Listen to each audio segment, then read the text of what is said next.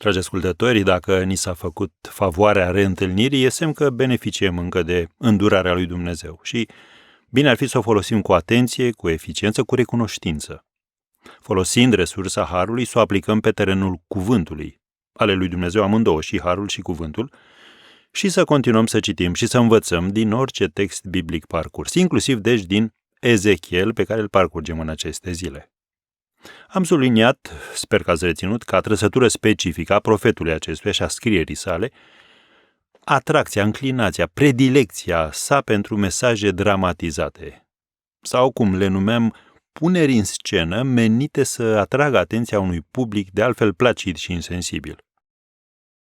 Nu era goană după spectacol facil sau după popularitate, ci era strădania Domnului și a slujitorului său de a se face văzuți de orbi și auziți de surzi, spiritual vorbind, care ignorau cu o perseverență demnă de o cauză mai bună toate atenționările și avertismentele divine.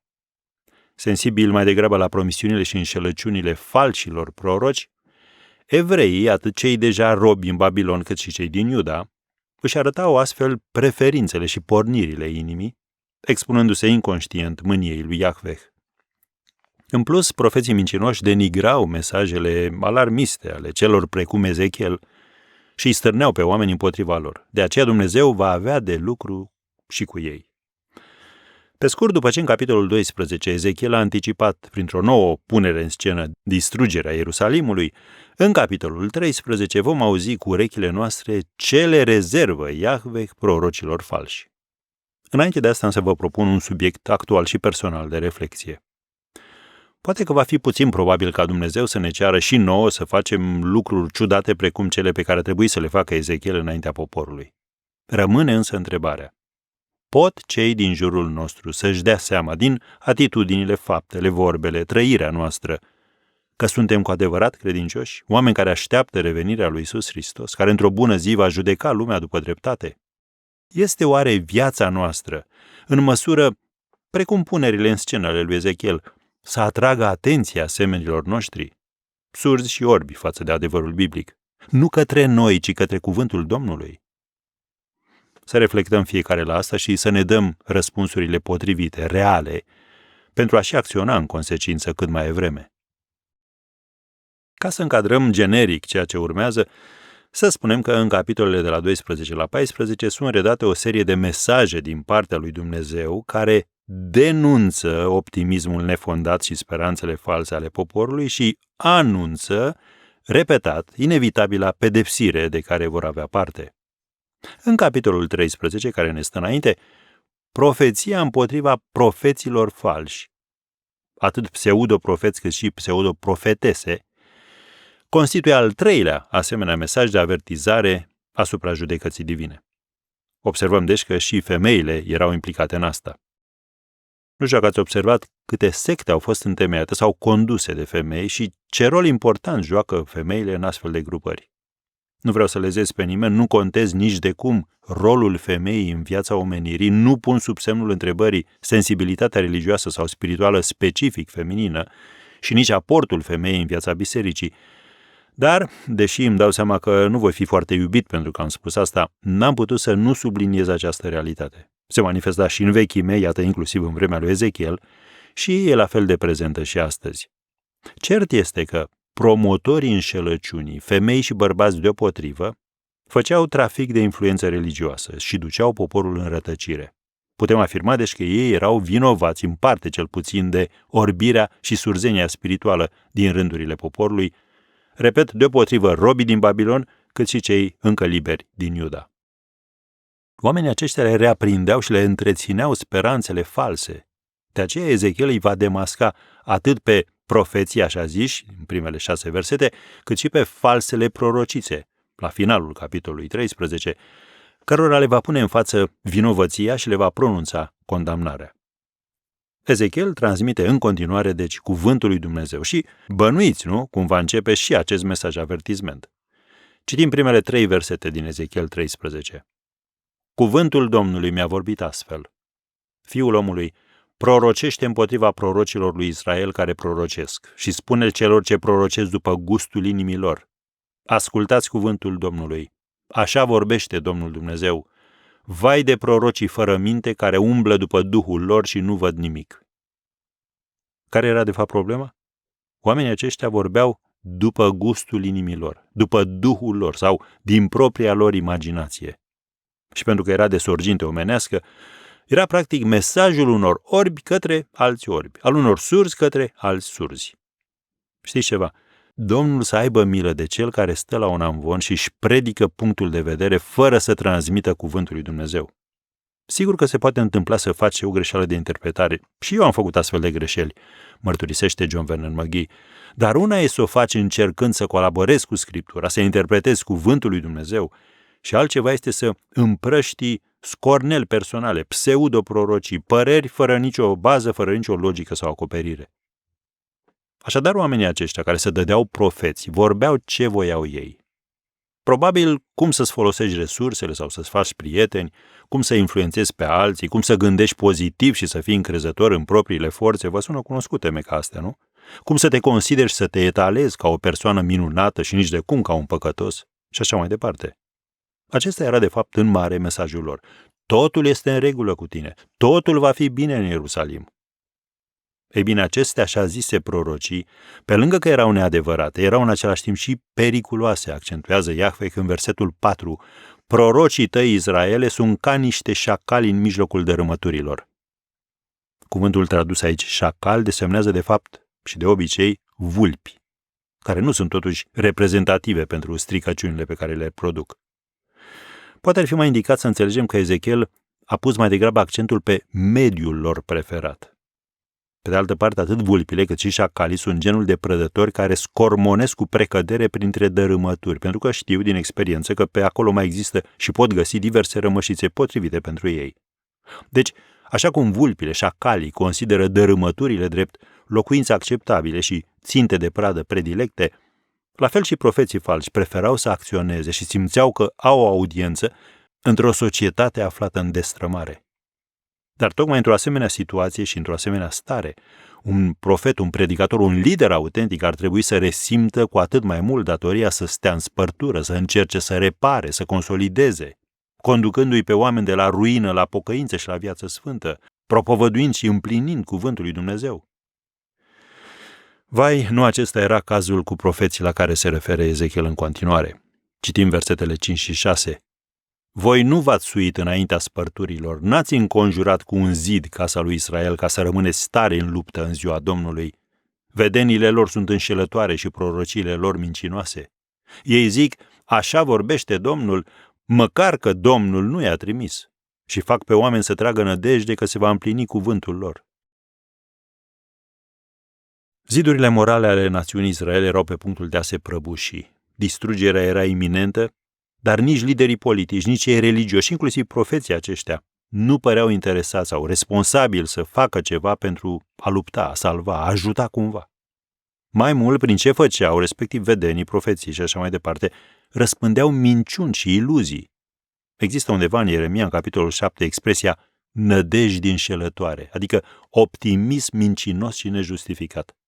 Și ei invocau chiar numele lui Iahve, mințind cu nerușinare, practic luându-l în deșert. Și mințind oamenii folosind cuvinte sau expresii din Scripturi de genul ascultați cuvântul Domnului, așa vorbește Domnul, când nici de cum nu era vorba de altceva decât de propriile lor fabricații. Domnul să aibă milă de cei care se mai ocupă și azi de așa ceva, dar și de oricine apleacă urechea cu naivitate și ține cont fără discernământ duhovnicesc de astfel de pseudoprofeții.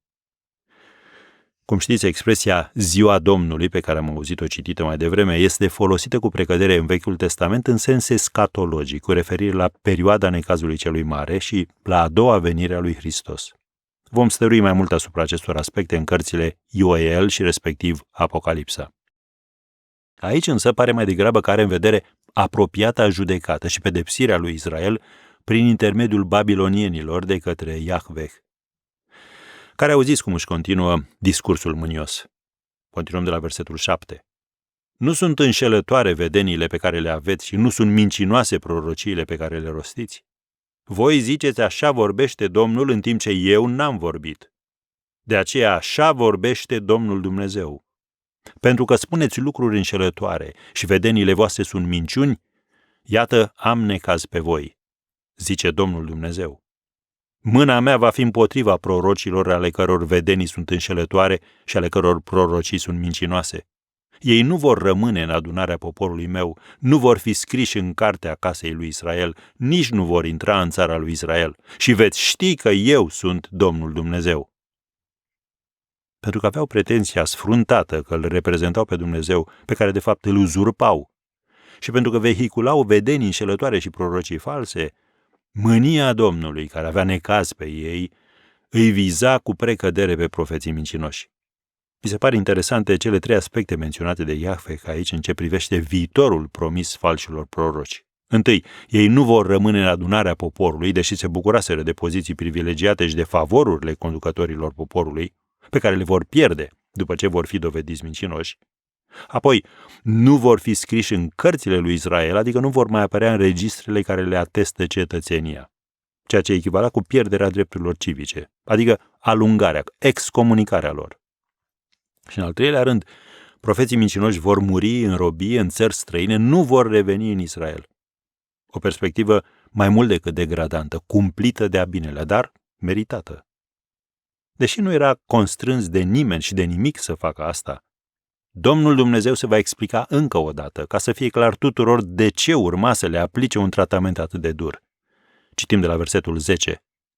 Lucrurile acestea se vor întâmpla pentru că ei rătăcesc pe poporul meu, zicând pace când nu este pace. Poporul meu zidește un zid și ei îl tencuiesc cu ipsos. De aceea spune celor ce-l acoperă cu ipsos că se va prăbuși, va veni o ploaie cu vifor, pietrele de grindină vor cădea și se va dezlănțui furtuna. Iată, vi se prăbușește zidul. Și atunci vi se va zice, unde este ipsosul cu care l-ați tencuit? Deci acești pseudoprofeți aveau să fie distruși pentru că, esențialmente, mesajul lor era total contrar celui divin. Ezechiel propovăduia din partea Domnului distrugerea și robia, dar concurența lui anticipa în mod eronat și proclama pacea.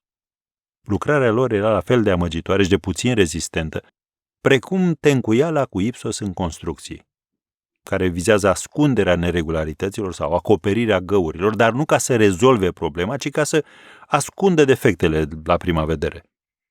Practic, acești așa zis profeți amplificau și multiplicau pe termen lung dificultățile țării și poporului, ascunzând sau evitând tocmai problemele care ar fi trebuit demascate și confruntate. Ei încercau, cum se spune, să vopsească peste rugină, să ia ochii oamenilor de la vijelia ce se apropia, mințindu-i că ipsosul lor va rezista sub viforul și grindina pe care le anunța Ezechiel, ceea ce era cu totul neadevărat. Lipsiți de înțelepciune duhovnicească, fără să se ridice peste nivelul poporului, practic acești profeți mincinoși își dădeau consimțământul la starea, dorințele sau faptele oamenilor care îi întorseseră spatele lui Dumnezeu. Dacă vreți, starea aceasta va fi reîntâlnită peste secole în anticiparea teribilă a apostolului Pavel din 2 Timotei, capitolul 4, versetul 3. Va veni vremea când oamenii nu vor putea să sufere învățătura sănătoasă, ci îi vor gâdila urechile să audă lucruri plăcute și își vor da învățători după poftele lor. Am încheiat citatul. Deci pentru că acești înșelători manipulau poporul și le ascundeau adevărul descurajant privind starea lor de fapt și mai cu seamă viitorul groaznic ce aștepta, practic vor fi socotiți vinovați de prăbușirea națiunii. Judecata lui Dumnezeu va spulbera zidurile slabe, deși zugrăvite, de fapt întregul edificiu al trufașului Israel. Și când ipsosul prorocirilor lor neadevărate va fi înlăturat, chiar poporul îi va trage la socoteală. Ce pedeapsă mai mare îți poate rezerva Dumnezeu decât să te dea pe mâna celor pe care i-ai amăgit și i-ai chinuit? În această perspectivă sumbră, deloc satisfăcut de perspectiva ce aștepta pe cei care îl înfruntaseră. Fără mânie și fără menajamente, Ezechiel își continuă perorația, de fapt, continuă să transmită mesajul lui Iahve, Dumnezeul cel drept care nu se lasă batjocorit. Citim de la versetul 13. De aceea așa vorbește Domnul Dumnezeu. În urgia mea voi porni furtuna, în mânia mea va veni o ploaie cu vifor și vor cădea pietre de grindină ca să nimicească. Voi surpa zidul pe care l-a stencuit cu ipsos, îl voi doborî la pământ și îi se vor dezgoli temeliile, se va prăbuși și veți pieri în mijlocul dărâmăturilor lui. Și veți ști că eu sunt Domnul. Îmi voi potoli astfel mânia împotriva zidului și împotriva celor ce l-au tencuit cu Ipsos și vă voi spune, nu mai este niciun zid și s-a isprăvit cu cei ce l-au tencuit cu Ipsos, s-a isprăvit cu prorocii lui Israel care prorocesc asupra Ierusalimului și au vedenii de pace asupra lui când nu este pace, zice Domnul Dumnezeu. De ce erau periculoși acești falși propovăduitori? Pentru că plăzmuiau în mintea și în inima lor pervertite aceste mesaje și nu le preluau câtuși de puțin de la Domnul. În loc să fie păstori și călăuzitori ai turmei, ai poporului, erau de fapt vulpi și șacali care îi devorau pe cei cărora le zâmbeau mieros și le vorbeau frumos de bine și de pace oamenilor între care viețuiau. Erau mai degrabă prădători decât protectori. Și ca să înțelegem mai bine și să reținem cât mai simplu mesajul acestui capitol, l-aș sintetiza așa. Profeți falși, pace falsă, protecție falsă. Adică minciună de la un capăt la altul. Ori Dumnezeu și cuvântul lui avertizează de la început și până la sfârșit asupra consecințelor minciunii și asupra soartei finale a mincinoșilor, care nu este decât chinul veșnic. Trist este că și în trecut și în prezent, deși Dumnezeu avertizează oamenii repetat și răspicat în legătură cu pericolul la care se expune omul care se ține cu trufie la distanță de Dumnezeu, apelurile lui prin oameni, mesaje, evenimente sunt ignorate, respinse, nesocotite. Reacția și atitudinea lor îmi amintește, dacă vreți, de Iona, care, după ce că fugea de Iahveh, a avut și nepăsarea inconștientă de a adormi tun în corabie în toiul unei furtuni cumplite. Cam asta este starea omenirii care ignoră avertizmentele și îndemnurile lui Dumnezeu și nu tratează serios mânia divină care îi va șterge de pe fața pământului, dar și mai rău îi va șterge din cartea vieții. Vor fi surpați, doborâți, prăbușiți, zdrobiți și vor pieri, pentru că au zidit pe nisip și au tencuit cu Ipsos. Adică au ales greșit, fațada și nu profunzimea. Domnul nu poate trece cu vederea că prorocile false veneau nu doar prin bărbați. Continuăm să citim de la versetul 17. Iar tu, fiul omului, întoarce-ți privirile împotriva fiicelor poporului tău, care prorocesc după gustul inimilor și prorocește împotriva lor. Spune, așa vorbește Domnul Dumnezeu. Vai de cele ce cos pernuțe pentru subsori și fac marame pentru capetele oamenilor de orice mărime, ca să prindă suflete. Socotiți că veți prinde sufletele poporului meu ca să vă păstrați cu viață sufletele voastre? Voi mă necinstiți înaintea poporului meu pentru câțiva pumni de orz și câteva bucăți de pâine, ucigând niște suflete care n-ar trebui să moară și făcând să trăiască niște suflete care n-ar trebui să trăiască, înșelând astfel pe poporul meu care ascultă minciunile voastre. Mă opresc ca să punctăm câteva lucruri. Sigur că, așa cum au existat și proroci adevărați și nu doar falși, la fel, cuvântul lui Dumnezeu menționează și profetese care vorbeau din partea Domnului. Vezi cazul lui Miriam sau Maria, sora lui Moise, în Exodul 15, Debora, în Cartea Judecătorii, capitolul 4, Hulda, în Cartea a doua Împăraților sau 4 Regi, capitolul 22, sau chiar fiicele lui Filip din Faptele Apostolilor, capitolul 21. Dar acestea pe care le demască aici Ezechiel nu erau adevărate prorociți, erau mai degrabă practicante ale ocultismului. Anumite cuvinte din pasajul original denotă chiar vrăjitorie. De exemplu, cuvântul ebraic pentru perinuțe sau pernuțe apare tradus în alte variante chiar vrăji. Se pare că practicarea vrăjitoriei cu precădere de către femei a fost preluată din magia babiloniană, care, de exemplu, plasa diverse pangliși cu noduri pe anumite părți sau zone ale trupului pentru a alunga spiritele rele sau un scop de vindecare. Iar mahramele astea de care e vorba serveau la acoperirea capului și a feței pentru a spori senzația de mister. Scopul lor însă era clar, să prindă sufletele, să le înșele, să exploateze cu înșelătoriile lor temerile și dorințele naivilor.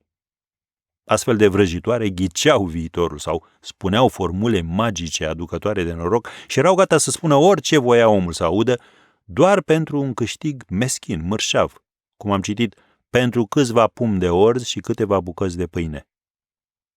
Consecințele practicilor lor erau, de fapt, contrare intereselor oamenilor. Dacă ar fi fost prorociți autentici, ar fi demascat păcatul și ar fi ajutat astfel oamenii să se pocăiască, iar mânia Domnului ar fi fost poate abătută de peste națiune. În schimb, ele încurajau direct și indirect înșelăciunea, nedreptatea, falsitatea, răutatea. De aceea, Iahveh le promite pieirea.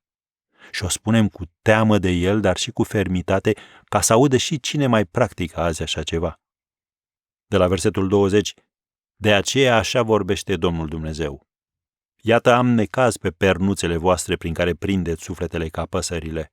De aceea vi le voi smulge de la brațe și voi da drumul sufletelor, și anume sufletelor pe care le prindeți ca păsările. Vă voi rupe maramele și voi scoate pe poporul meu din mâinile voastre, ca să nu mai cadă pradă în mâinile voastre. Și veți ști că eu sunt Domnul. Dumnezeu anunță ferm că își va îndrepta atenția și puterea către aceste false profetese și le va neutraliza puterea. Vor fi demascate ca înșelătoare și vor rămâne rușinate și fără clienți. Dar cel mai rău, pierdute pentru veci dacă aleg să-l slujească pe mai departe pe Satan și nu se întorc la Dumnezeu care vrea să le primească și să le ierte, dacă ele se pocăiesc și renunță la minciunile și practicile lor demonice periculoase. Mă gândesc că majoritatea celor credincioși se mulțumesc doar să se țină la o parte de astfel de lucruri și de astfel de persoane. Dar să știți că nu-i de ajuns. Pentru că iată cum se încheie acest capitol. Iată ce mai impută Iahveh acestor înșelătoare. Citim ultimele 2 versete. Pentru că întristați prin minciuni inima celui neprihănit, când eu însumi nu l-am întristat, și pentru că întăriți mâinile celui rău ca să-l împiedica să se lase de calea lui cea rea, făgăduindu-i viața, de aceea nu veți mai avea vedenii înșelătoare și nu veți mai rosti prorocii. Voi scoate din mâinile voastre pe poporul meu și veți ști că eu sunt Domnul.